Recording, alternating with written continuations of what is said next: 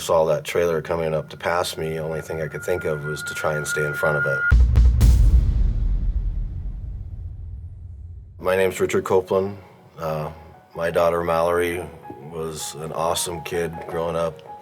She was by my side till she was 7 or 8 and became a girl, and then started playing softball. And I never had been a baseball or fan of anything like that, but when she started playing, I became a huge fan. Softball was it. That's all she wanted to do. Yeah, softball has always been it for her in her life.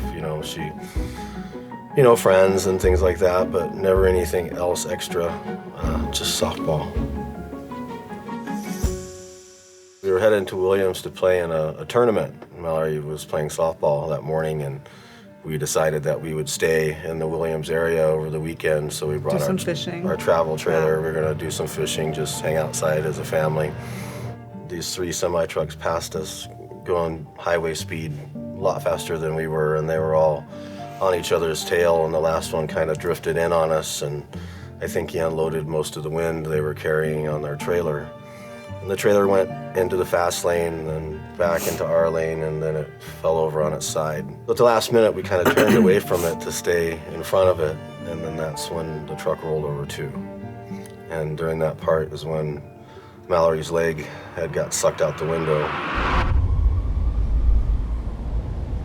Of course, she had to go to immediate surgery because of her injury, and then we were talking to the surgeon afterwards, and he's, telling us a little bit about the injury, because, at this point, I still don't know, and I still hadn't seen or looked or anything like that, and we started to get a little bit of idea of the extent of things that she had broken and sanded all her ankle bones and broken her fibula and everything, and that muscles and tendons, veins were all gone.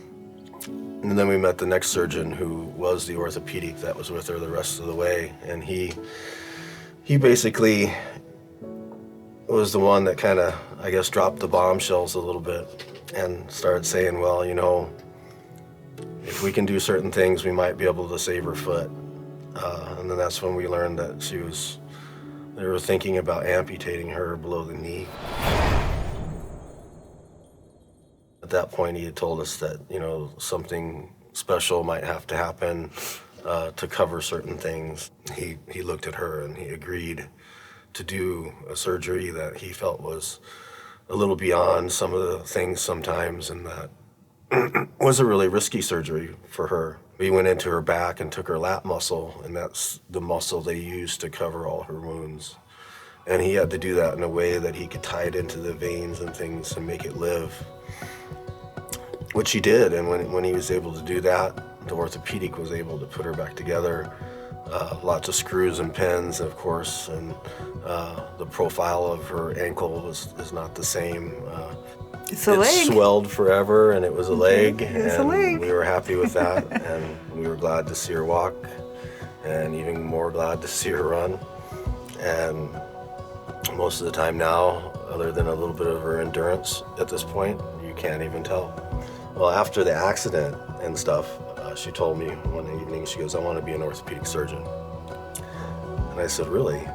She goes, yeah, when I go to college, I want to be an orthopedic surgeon. Well, before the accident, I was just really interested in, fixing things, because, I don't know, I find that interesting. I watch, videos on, Twitter of, people doing surgeries, and I'm like, that's just so neat, And then, after the accident and, seeing it, and then, hearing them tell me about what they had to do, I just got way more interested in it, and I was like, I could do that, that's cool. In a traumatic situation, you don't have time to shop for doctors. You don't have time to make decisions about your care, and I'm just glad that we were put in the hands of Northern Arizona Healthcare, because that whole experience all the way through to her recovery and her physical therapy was just top-notch.